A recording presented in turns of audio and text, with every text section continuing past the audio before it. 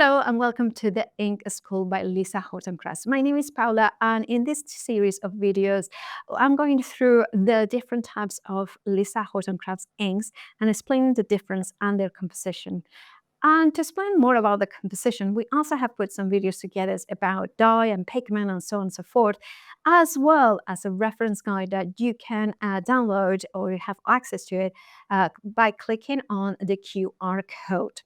Now, in this download, one of the things that you have is a printable that then, of course, you can a brief explanation about the inks, but also a color chart named, so then you can fill it up using the stencils that are also available part of the ink school. Now, interference. Interference are one of those inks that has, taken the craft world by storm. Look at that. Now, to create this, do check out the video on the stencils and the die sets that we have done for Ink School, because it explains exactly how I have made this. Now, in here, you can see the inks from the interference. They look very beautiful, both on lighter card and white card, as well as on dark card. It has that shimmer, that sparkle that is slightly different, both on on the white card and on the black one. Let me explain how they are. How do they work? Because it's kind of hard to explain it in words until you see them on the right. So I have got my piece of card in here, and I have got here, this one is peacock tails. Now, the color that you see on the side is the color of the dye, because they are dye and pigment. The dye seeps in and is full of color, and the pigment is that pearlescent color that has got a shimmer to it that sits on the top. So we know that the base on white is going to be blue, and the shimmer is going to be on a purple level. So if I do it like this, at the beginning, all you see is that blue, right? That blue that is described there. But as it dries, we'll start seeing some interference. There we go. We can see that purple coming through. But of course, if we see it like that, it's just that gorgeous teal sort of color.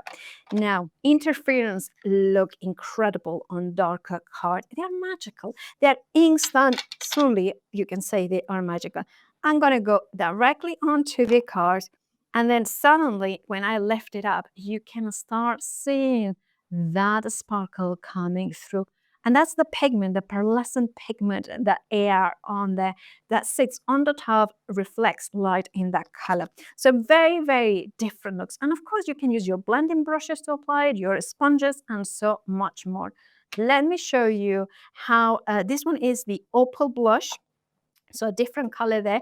You can see that if I show you here, they have that undertone of the almost like a deep teal, that's color, and then that gorgeous sort of opal color come like a slightly a warmer purple sort of color coming through.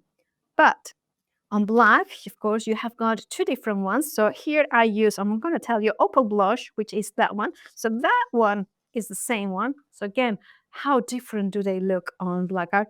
And then this one is Magic Garden, which looks completely different onto white card. There we have it. Let's have a look at Magic Garden onto white card. This is a white card, Magic Garden, and this is on one of the Year in Bloom embossing folders.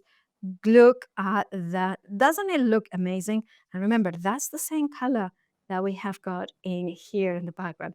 It is absolutely, absolutely magical. Now, of course, there are lots of things that you can do. They are water reactive, so I can have this one that I just done, and you can just put a little bit of water, let it sit. Certain papers will not work as well as others, so do make sure that you check different papers out if you're not achieving. Something that is very porous will be good. Something that is satin or glossy won't work. But you can see immediately how that water has reactivated. So it creates a little bit more of a blend. Love playing with them. Something else that I love to do as well is to use the reinkers. Not only you can reink your ink pads with them, but you can also create incredible effects with them. I'm just going to do a quick one. And you remember, you need to shake them well, hearing that ball bearing.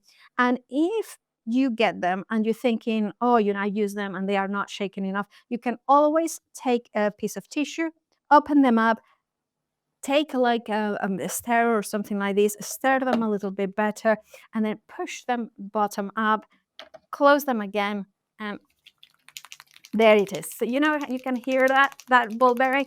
That means that they reactivate. And then I'm just going to show you as well how you can put it like this.